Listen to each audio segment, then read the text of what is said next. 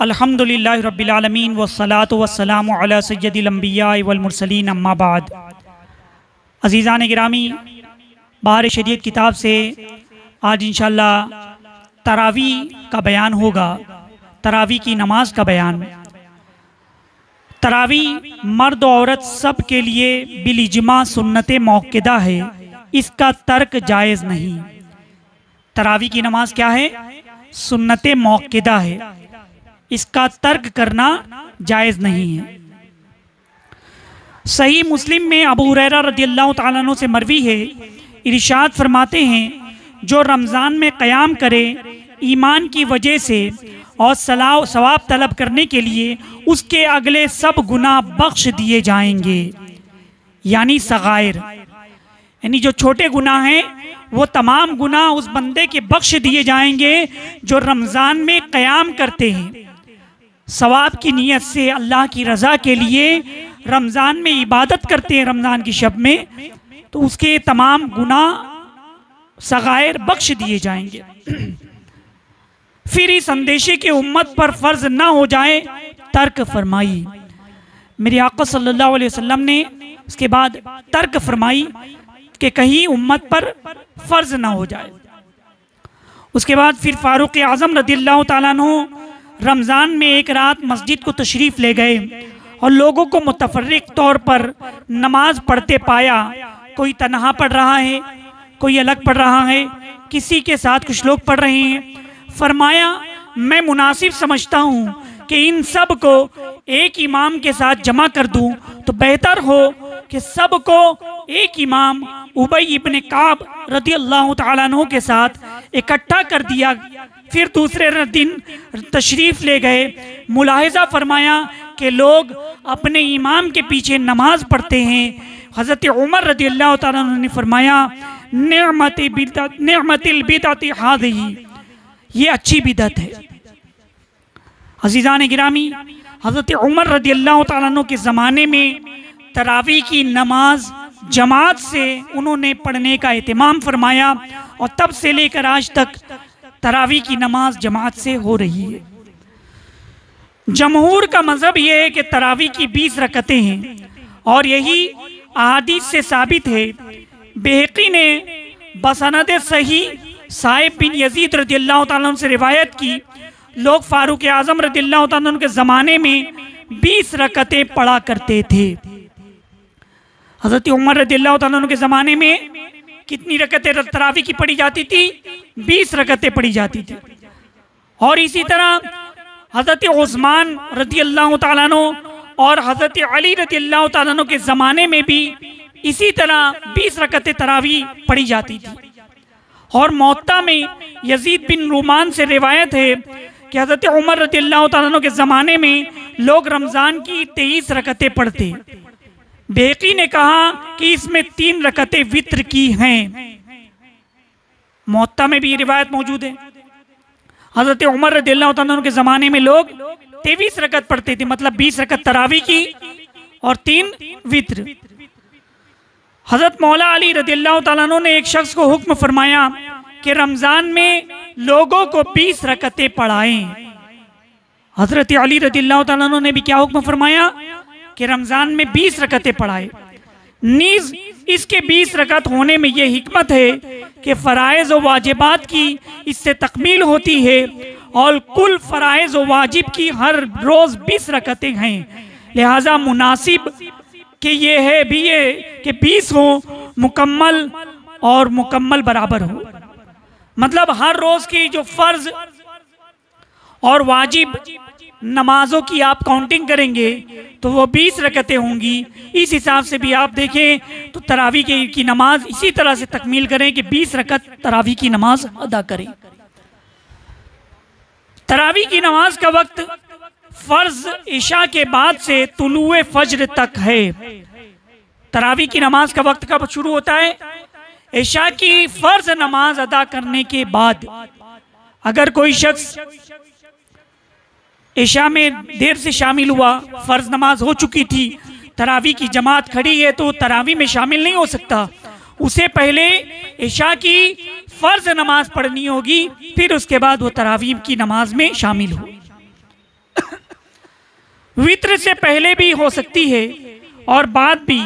तो अगर कुछ रकतें उसकी बाकी रह गई कि इमाम वित्र को खड़ा हो गया तो इमाम के साथ वित्र पढ़ ले, फिर बाकी अदा कर ले, जबकि फर्ज जमात से पढ़े हों और ये अफजल है।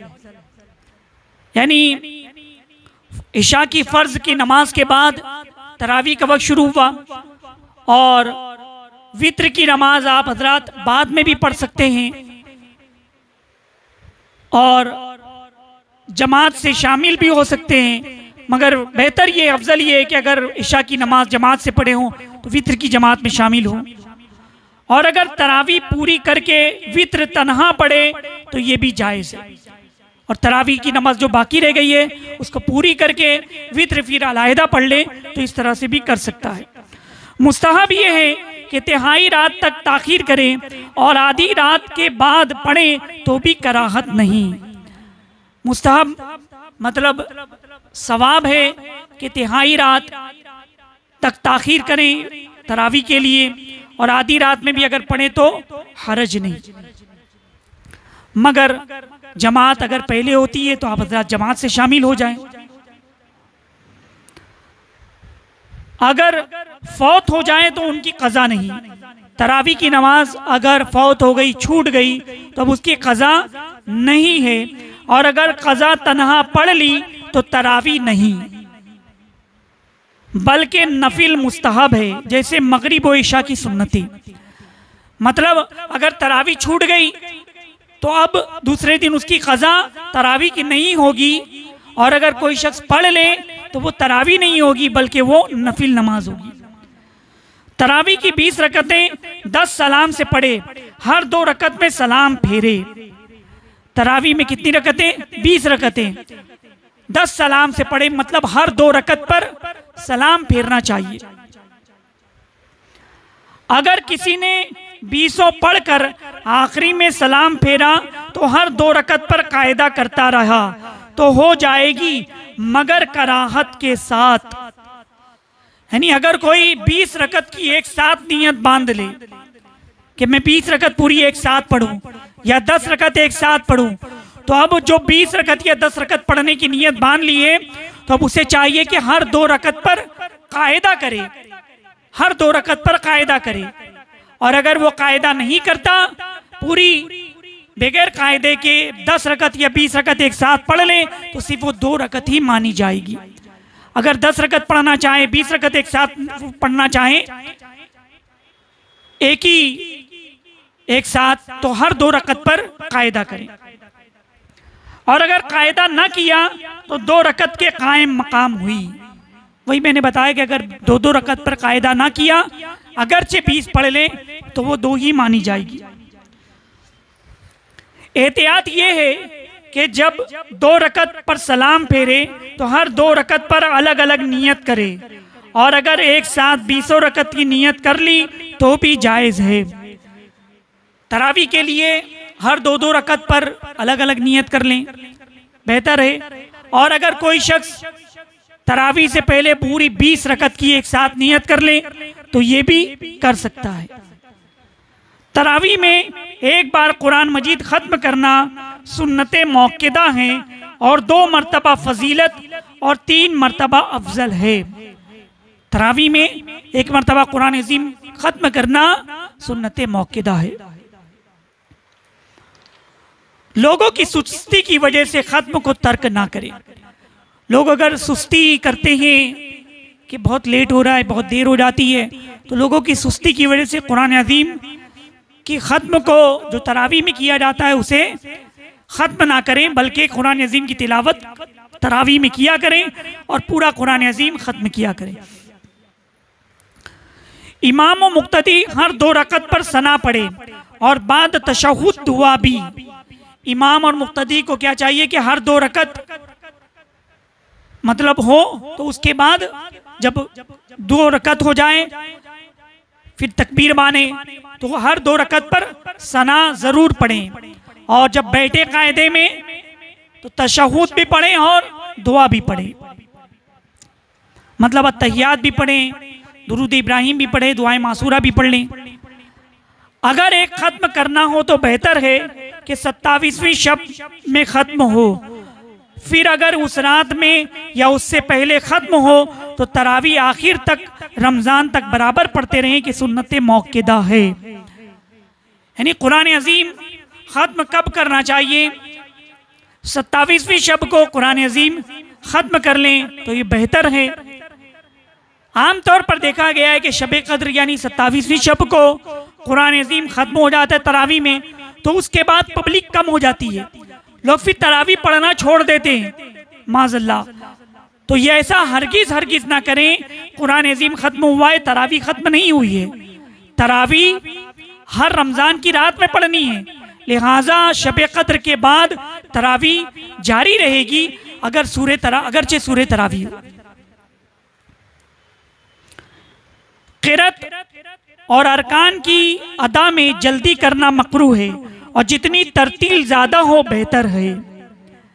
मतलब क़िरात तरावी में और अरकान में लोग जल्दी जल्दी करते हैं, बाज़ औक़ात रुकू जल्दी से कर लेते हैं, सज्दा जल्दी से कर लेते हैं। तो इतनी जल्दी नहीं करनी चाहिए, बल्कि तरतील के साथ होनी चाहिए। मतलब तौज़, तस्मिया, तस्बीह अगर कोई छोड़ देता है तो ये सब मकरूह है। इत्मीनान से तरावी की नमाज अदा करें। तरावी की जमात सुन्नते किफ़ाया है। अगर मस्जिद के सब लोग छोड़ देंगे तो सब गुनहगार होंगे। तरावी की जमात क्या है? सुन्नते किफ़ाया है। अगर सब जमात छोड़ देंगे तो सब लोग गुनहगार होंगे। तरावी मस्जिद में जमात से पढ़ना अफजल है। अगर घर में जमात से पढ़ी तो जमात के तर्क का गुनाह न हुआ, मगर वो सवाब न मिलेगा जो मस्जिद में पढ़ने का था। तरावी मस्जिद में जमात के साथ पढ़ना अफजल है। अगर कोई घर में जमात करता है तो जमात का सवाब तो उसको घर में मिल जाएगा, मगर मस्जिद में नमाज पढ़ने का उसको जो सवाब है वो नहीं मिलेगा। लिहाजा बेहतर ये कि मस्जिद में जमात के साथ तरावी की नमाज अदा करें। खुश खान को इमाम बनाना न चाहिए, बल्कि दुरुस्त खान को इमाम बनाए।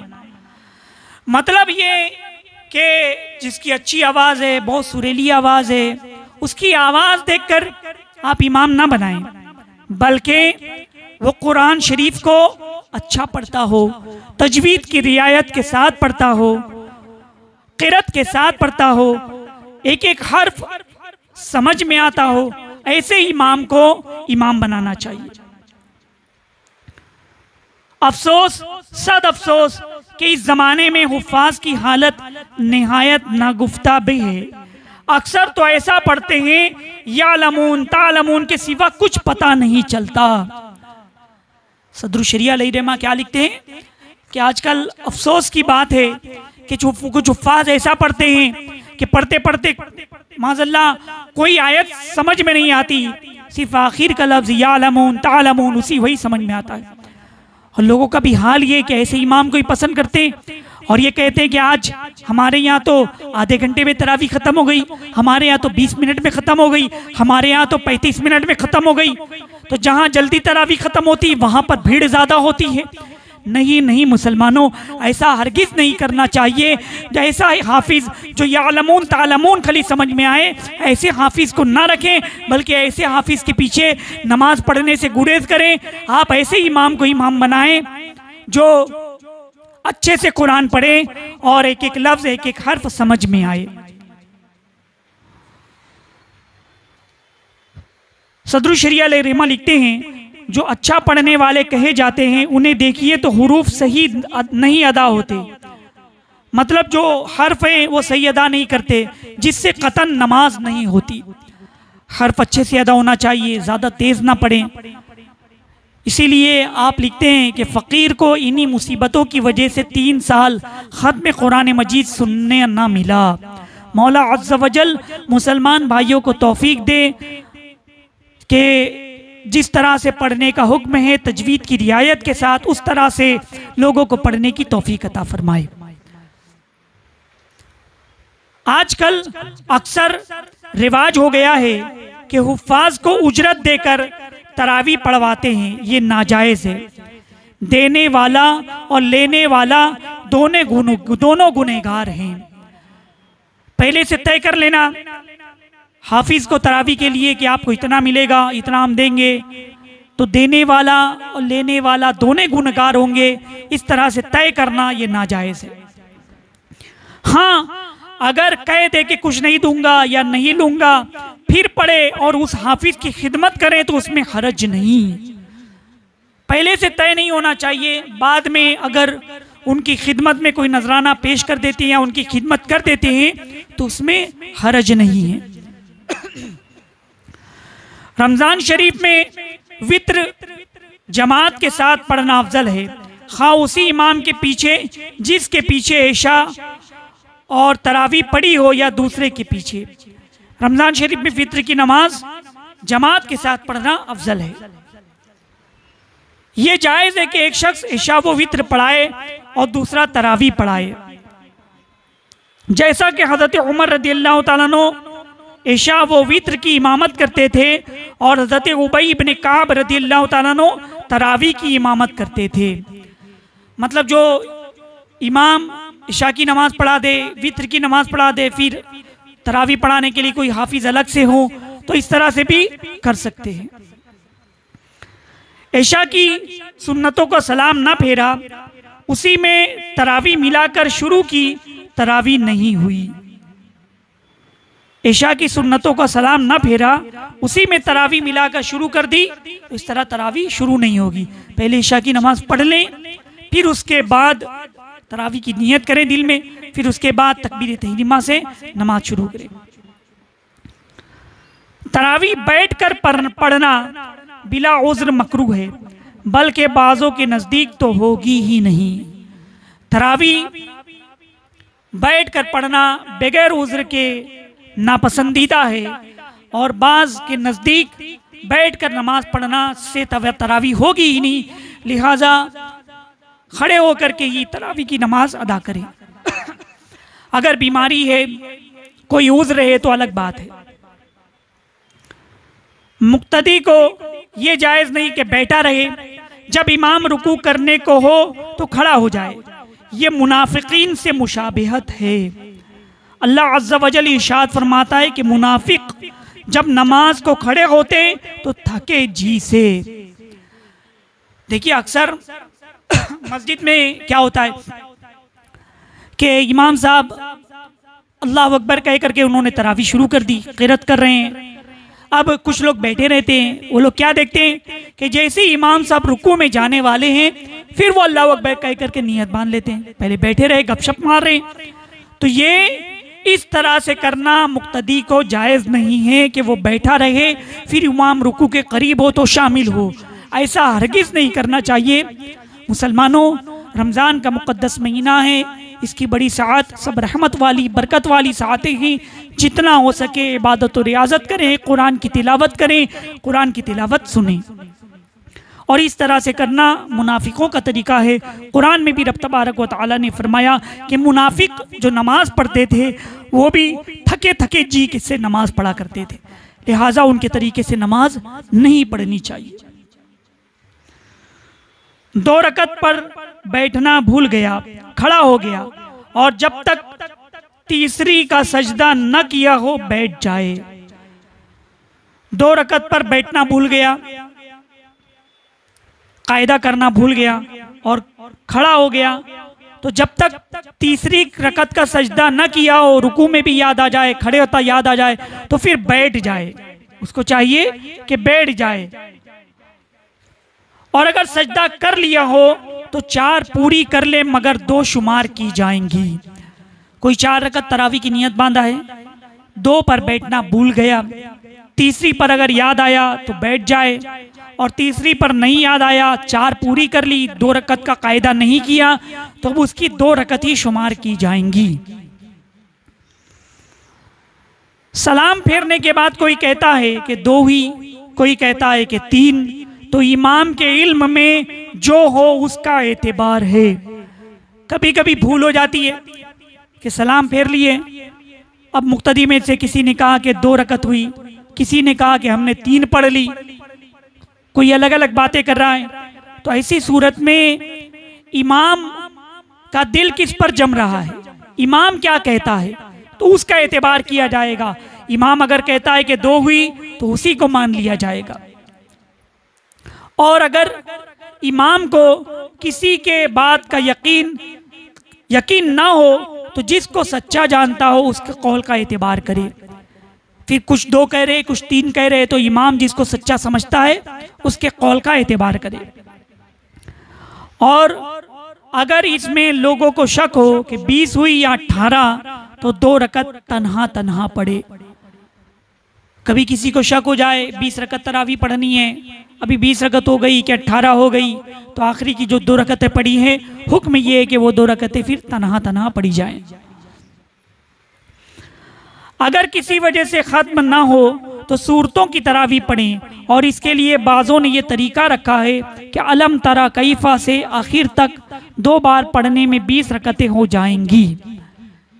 यानी अगर किसी वजह से कहीं पर कुरान अज़ीम ख़त्म करने के लिए कोई हाफिज़, कोई कारी, कोई हाफिज़ साहब नहीं है, तो अब हुक्म ये है कि फिर सूरे तरावी पढ़े।